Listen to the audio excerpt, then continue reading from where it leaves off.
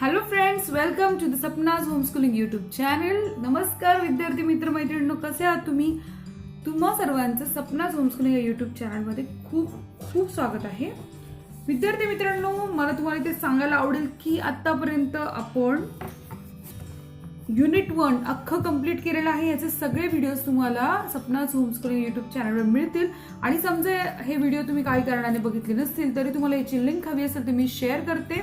तर या व्हिडिओचा म्हणजेच in a class of their on या लेसनचा जो सेकंड पार्ट आहे त्याचा वर्कशॉप आज आपण सोडवतोय.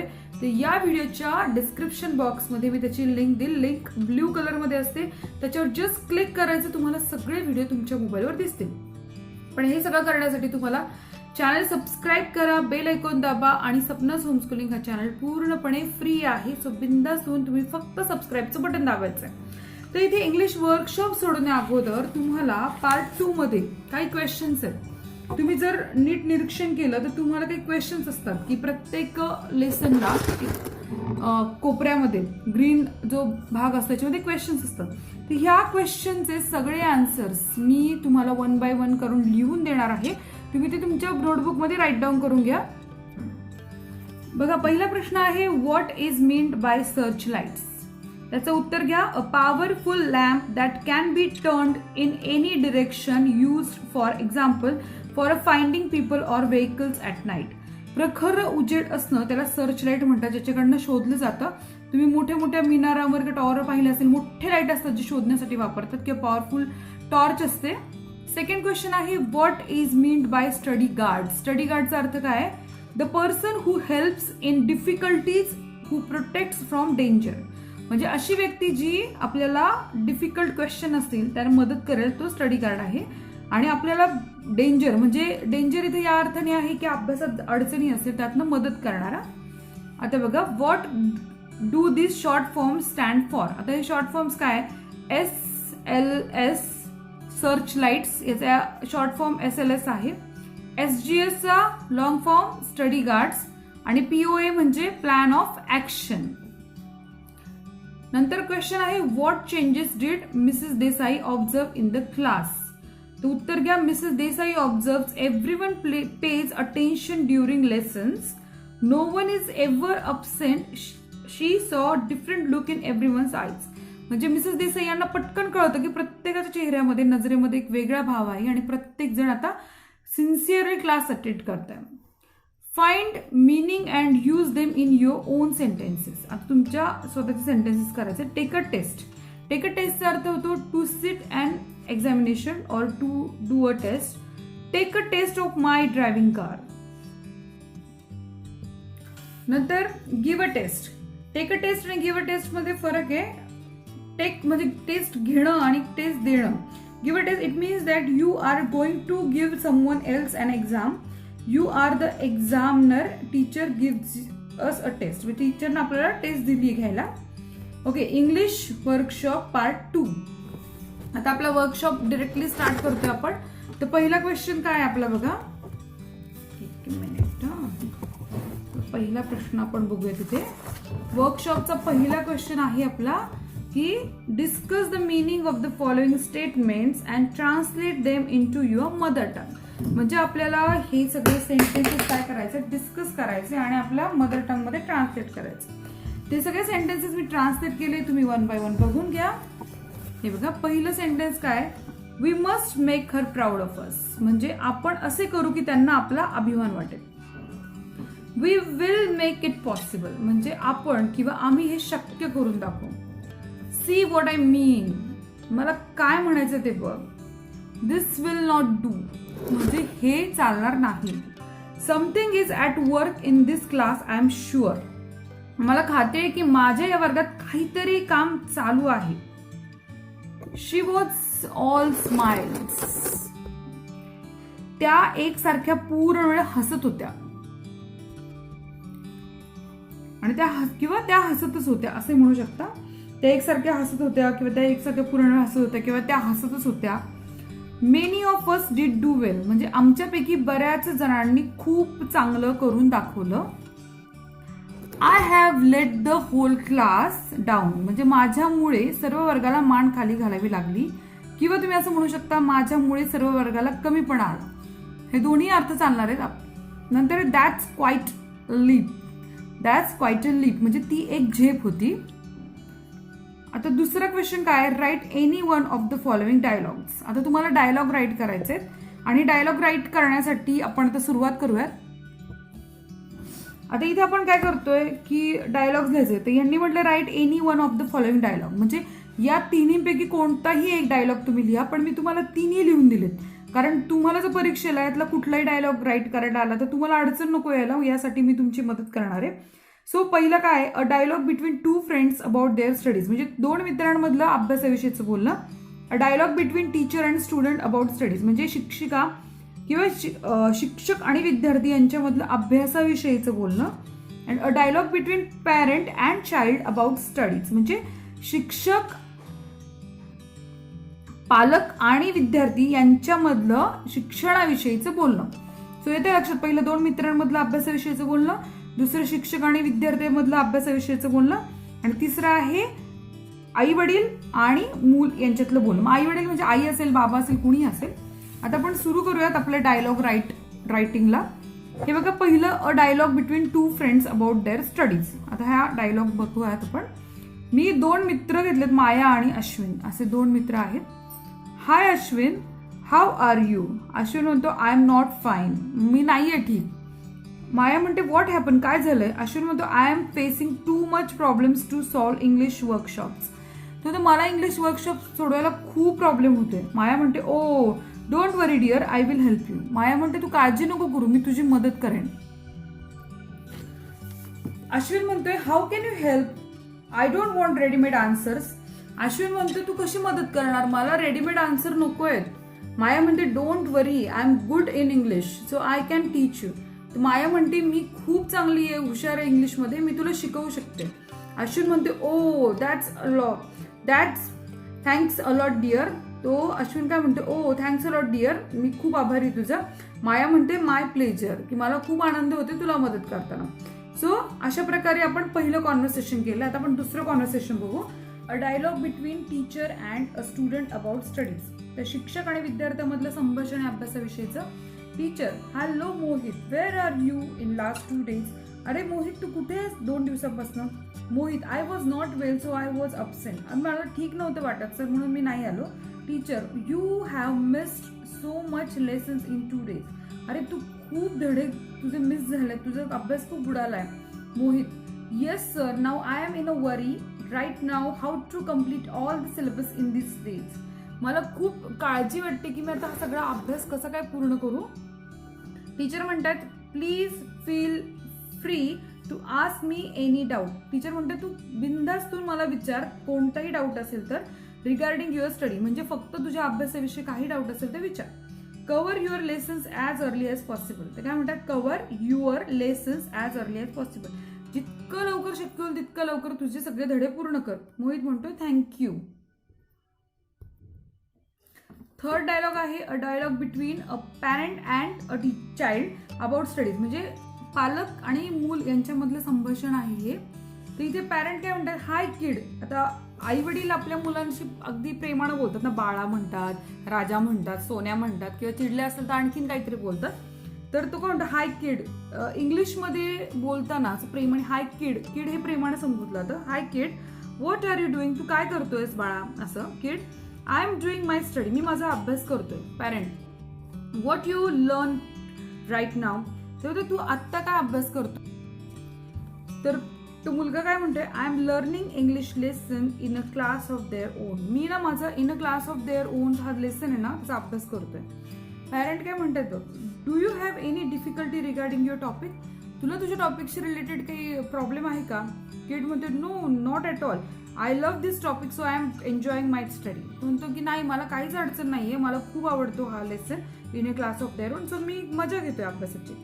पेरेंट म्हणतात इट साऊंड्स गुड आणि हे ऐकायला खूप छान वाटतं की तुला आवडते सगळं, कीप इट अप आणि हे असंच चालू दे. किड म्हणते but if I feel any difficulty while studying I will ask you. तर मुलगा काय म्हणतोय की पण जर अभ्यास करताना मला काही अडलं तर मी तुम्हाला विचारलं येतं. तर पेरेंट म्हणतात sure kid I am there for you, मी तिथेच आहे तुझ्यासाठी, तू काहीच काळजी करू नको. तर अशा प्रकारचं प्रेमळ संभाषण त्या मूल आणि त्या वडिलांमध्ये किंवा आईमध्ये जे कोणी असेल त्यांच्यामध्ये होत आहे. आता इथे थर्ड क्वेश्चन आहे, what rules would you like to make for yourself and your class. तर आपण हे रूल्स बघूया की आपण आता काय करू शकतो स्वतःसाठी आणि दुसऱ्यांसाठी रूल्स. ओके, तर रूल्स फॉर युअर सेल्फ. आता आपण आपल्यासाठी काही रूल्स केले पाहिजे क्लासमध्ये. Rule number 1, finish class assignments, म्हणजे जो पण अभ्यास आहे तो पटकन संपून टाकायचा. Respect the toys or things of your schoolmates, म्हणजे आपल्या विद्यार्थ्यांचे किंवा स्कूलमेट्सचे काही खेळणे असतील किंवा काही वस्तू असतील त्यांना कसं खराब नाही करायचं, नीट ठेवायचं. बी ऑनेस्ट म्हणजे प्रामाणिक राहायचं. काइंड टू अदर्स, आणि दुसऱ्यांविषयी नेहमी प्रेमळपणा दाखवायचा. बी पेशंट अँड फोकसचा अर्थ काय होतो की संयम ठेवायचा आणि एकाग्रता, लक्ष केंद्रित करायचं की आपल्याला काय करायचं ते. शेअरिंग आयडियाज टू अदर्स, म्हणजे एखादी आयडिया आली डोक्यामध्ये तर नको यार कशाला सांगायचं दुसऱ्यांना, तसं नाही करायचं. छान आयडिया असेल तर आपल्या मित्रमैत्रिणींना शेअर करायची. आणि tell the truth or at least don't lie, म्हणजे एकतर खरं सांगा किंवा एकतर खोटं तरी बोलू नका.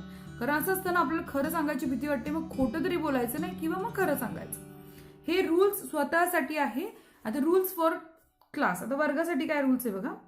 वर्क ॲज अ टीम, म्हणजे वर्गासाठी कसं आहे की तुम्ही एक टीम म्हणून काम करायचंय. दुसरं, बी रिस्पॉन्सिबल, मी हे कॅपिटलमध्ये लिहिण्याचं कारण आहे की तुम्ही खूप जबाबदारीने वागायचंय.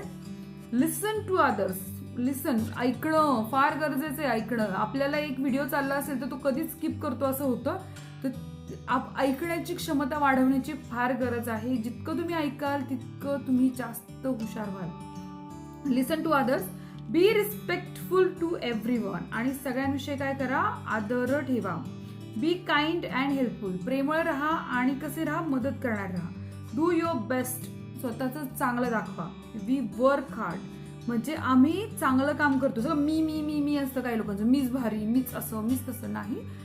वी वर्क हार्ड, आपण मिळून काम करायचं. कारण क्लास आहे, क्लास म्हणजे मी नसतो, वी असतो. वी एनकरेज इच अदर, म्हणजे आम्ही सगळे एकमेकांना प्रेरणा येतो.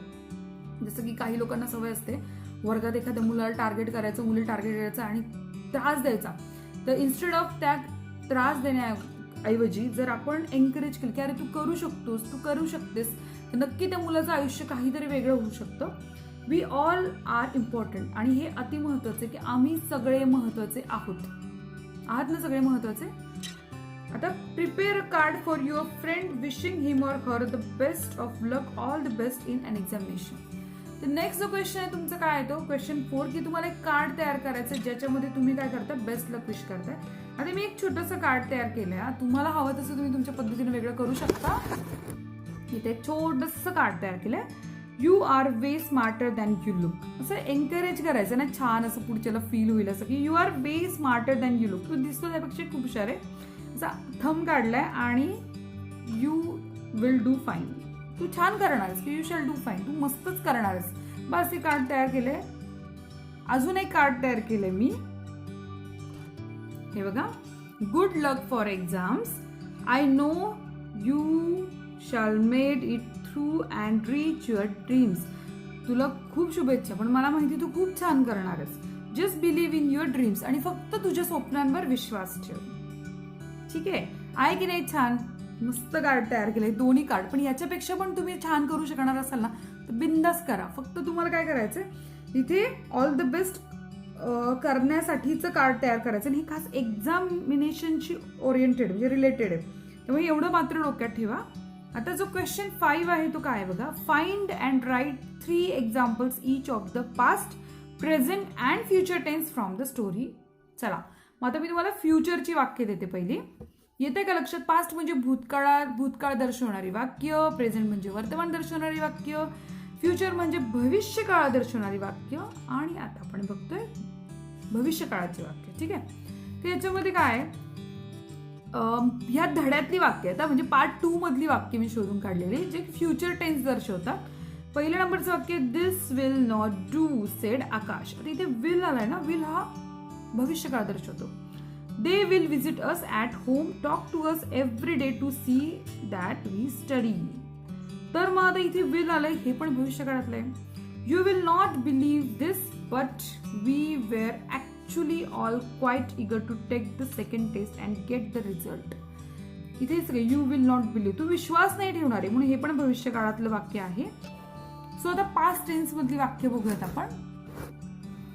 फर्स्ट सेंटेन्स आहे वी सॅट टुगेदर. सॅट हे सीटचं भूतकाळ सॅट आहे, म्हणून we sat together to discuss the plan. Second वाक्य many of us did do well. आता डिड हे भूतकाळी आहे म्हणून हे भूतकाळातलं वाक्य. She was all smiles. Was हे हेल्पिंग वर्ब आहे भूतकाळातलं, म्हणून हे तिसरं पास्ट टेन्स हे भूतकाळातलं वाक्य आहे. आता इथे प्रेझेंटचे वाक्य बघा. Do you think that's possible. तुला असं वाटतं का हे होणार आहे. तर प्रेझेंटचं वाक्य कसं असतं, इथे कुठे भूतकाळी रूप नाही, भविष्यकाळी रूप नाही, हे सगळे प्रेझेंट टेन्सचे असतात. Do you think that's possible, हे असं होऊ शकतं का वाटतं तुला. I have an idea said Sally. I see a different look in your eyes. हे तीनही वाक्य वर्तमान काळातली आहे. आता आपण भविष्य काळ म्हणजे past tense, future tense and present tense sentences we have written it successfully. So write down these all sentences in your notebook. Okay, so let's move towards the next question.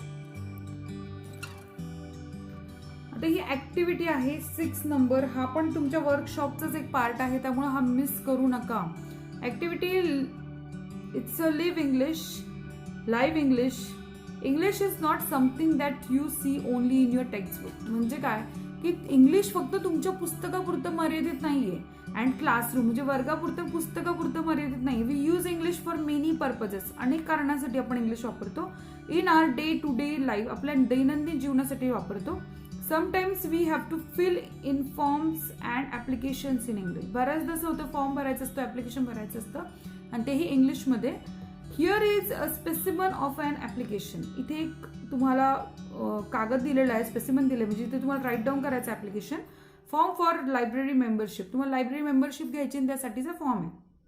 Can you fill it on your own. तुम्ही तुमचा form भरू शकता का. Note that in the phrase live English in the word live rhymes with 5. Live 5. Application म्हणजे rhyming लाईव्हचं 5 बरोबर rhyming होतं असं. Application for the library membership म्हणजे तुम्ही ऍप्लिकेशन भरताय मेंबरशिपसाठी. आता इथे सगळ्यात पहिलं काय, तुम्ही तुमच्या पुस्तकाने तुमचं करायचा. Name in block letters.